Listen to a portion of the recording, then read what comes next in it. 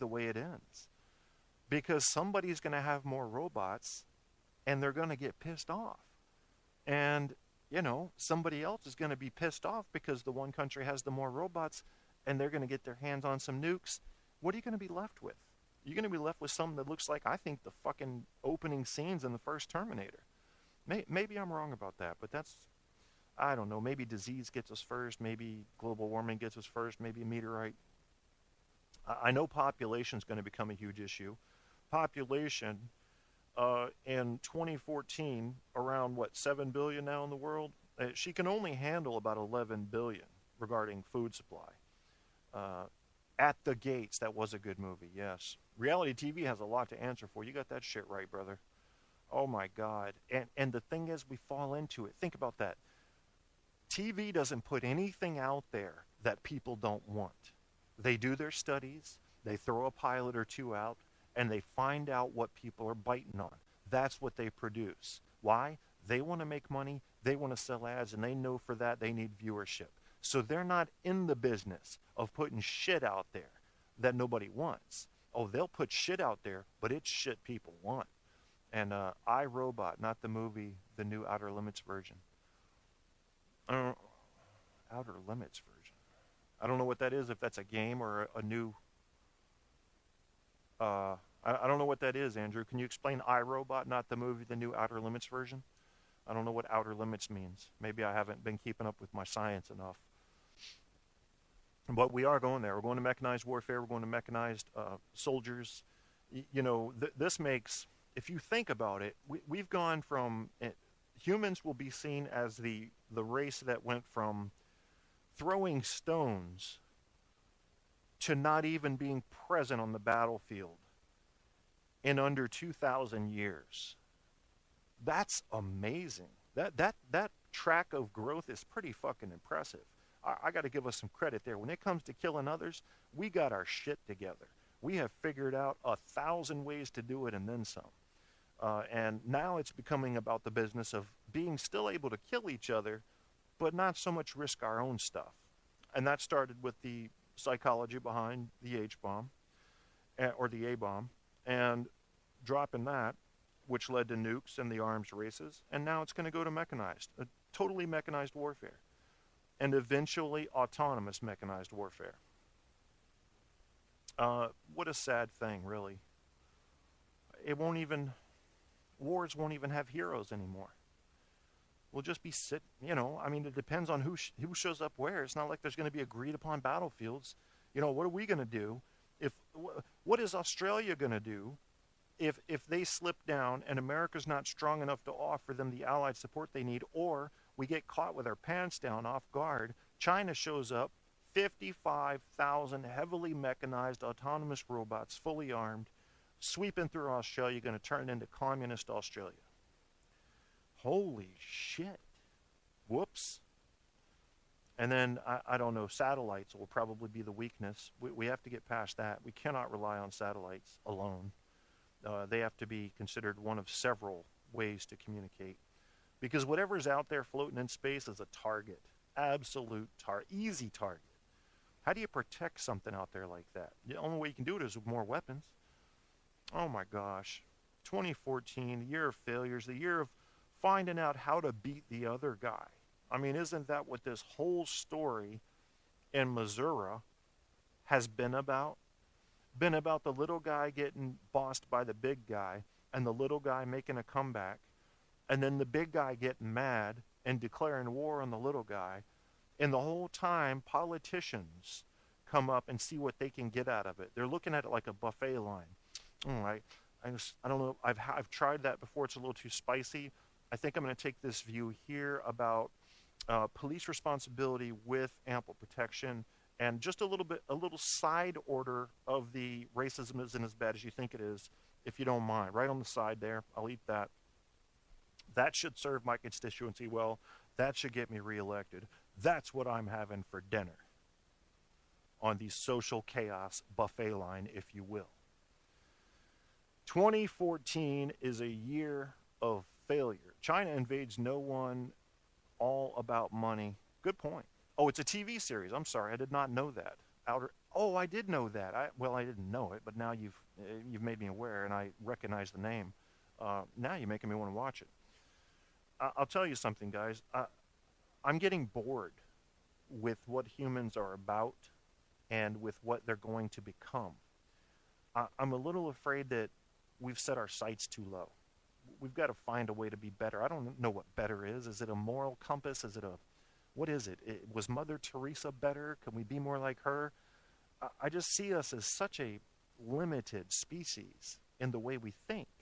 This need to dominate, own, and control, it's gotta be what ends up killing us. So I think our best bet is to spread the hell out. And I mean that. I mean, get off the planet, start moving around, colonize Mars, Moon, space stations, asteroids if we can get on there. And eventually, as soon as possible, if we can get out to, to some of the moons in the outer solar system that can support life, great. If not, we're going interstellar. Got to go. Got to get on up. James Brown playing in the background, going to the deep sleep, cold freeze. I'll get on up. Get out. Get on up. We gone. Get on up. And it's about this is the problem. We got to stop thinking, whose flag can we plant there? How about not? How about this doesn't belong to a country, this belongs to humanity? Maybe it was Iwo Jima that got us thinking wrong. Maybe it was. Because did we ever own that rock? No. We didn't want it. It's, you know what it is? It's a subconscious way of having sex with a rock. I mean, that's what Freud would say, and I'm not going to argue with him on this one. You went to the top of the enemy territory, this impenetrable enemy, and you shoved your flag down into it by force. There you go. There's man doing what he does. Yeah. Impregnated the earth with democracy on the Far East. Oh, God. 2014 isn't the only year we failed. We got to rethink everything. Rethink everything. What are we here for? What are we doing? What if religions are all wrong? Who's going to keep the moral compass pointed north? Are we even worried about that? Is it all about survival? Is it all about number one? Take care of yourself and your family. Forget about everybody else. Because when you try to help others, you're putting yourself at risk. I mean, you can't pull over if someone's on the side of the road because they carjack you and shoot you in the fucking face. Who's winning here? Mother Teresa would have been carjacked in America today. I don't know. There's no direction. We're losing our direction. I mean, that's what it is. With the death of religion, or the rise of fanatic religion, we're losing direction. Our directions are going even more wacky than they were before. There used to be kind of a unified thing. You know, you had 2 or 3 major religions and everybody followed them, and that was that. And now there's atheists popping up everywhere. There's agnostics like me. The Christians are hating the Muslims are hating the Christians. The Buddhists are saying, I don't know why y'all are all so retarded. We just, and they have their thing. We're all going different directions. And with a steady increase in population and a steady decrease in unification of direction, we're headed for chaos on a scale we have not yet imagined. Add into that the natural and unnatural processes of climate change, aka global warming, something everybody's afraid to say now. It's real, folks. I've read all the science. Fucking shit's real. Okay, I'm not going to try to alarm you on something that doesn't matter. It's a big deal. We've got all that working against us. We've got disease. Ebola's not a big deal, but other diseases creep up. You see, flu strains can wipe out half a country if they come through at the right time with the right, diversity.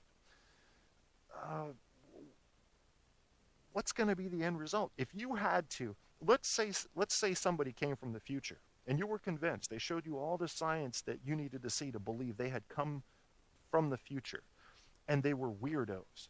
Maybe they were from another galaxy, and they said, I'm going to have to shoot you in the head with a high-powered ray gun if you don't guess this correctly. Okay, so I'm putting some pressure on you now, and I want you to guess what will be the state of Earth and humanity in the year 2500.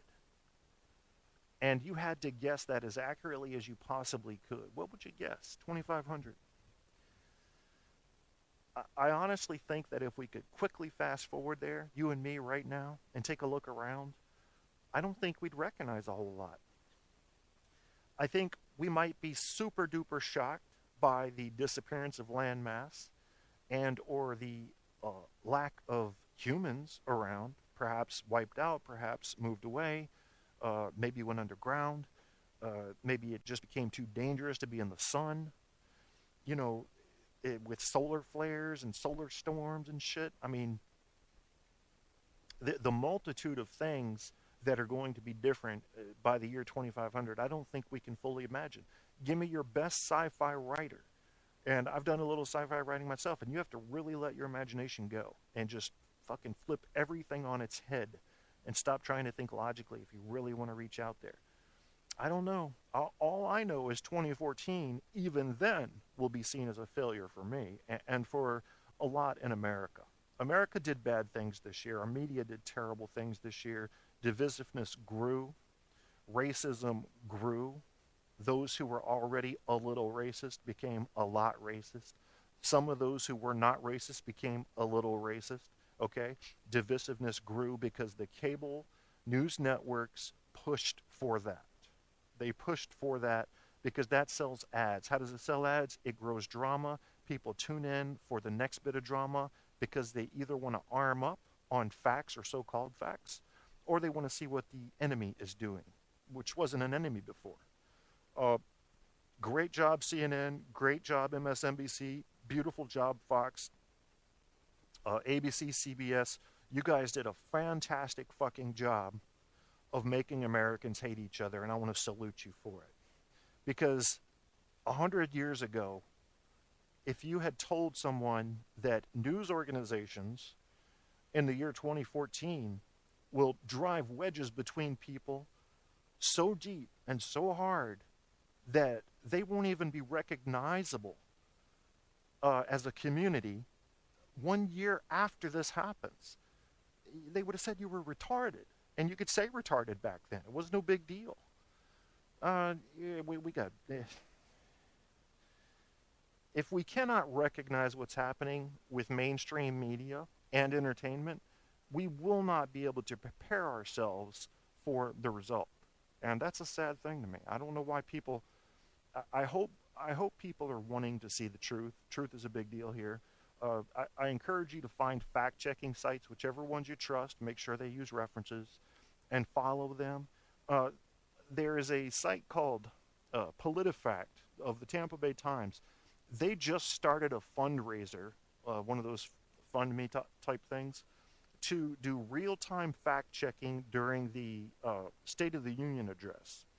And not necessarily real-time, but maybe a few seconds behind. And it's weird because about a month ago, they asked for ideas on how they could make fact-checking even better. And I said, you know what would be great is if you could do real-time fact-checking, like have a ticker running below whoever's on TV, the host and the guest, and have real-time fact-checkers putting up there how accurate what somebody just said was. So maybe I wasn't the first guy to come up with it, but I was definitely one of the guys that told PolitiFact, that's where you need to go with this. Next thing I know, 1 or 2 months later, they've got a friggin' fundraiser going to do just that. So I told them that I want all of my recognition in an imaginary way, if they wouldn't mind. And I'm sure that in an imaginary sense, they're giving me high fives, you know, because you can't take credit for anything these days. Too many people. You don't know if you came up with it first. You know, if you don't have a patent on it, forget about it. There's only one person that came up with the George Foreman grill. And you know who it was not? Shirley fucking Temple. That's really all you need to know. That's really what summarizes American business. Shirley Temple did not come up with the George Foreman grill. And you know what the George Foreman grill is? Have you ever really thought about it? It's a tilted grill. It's just fucking tilted. You tilt it. Oh, look, all the grease drip off. Amazing. Gravity works here as well as the random at the bell.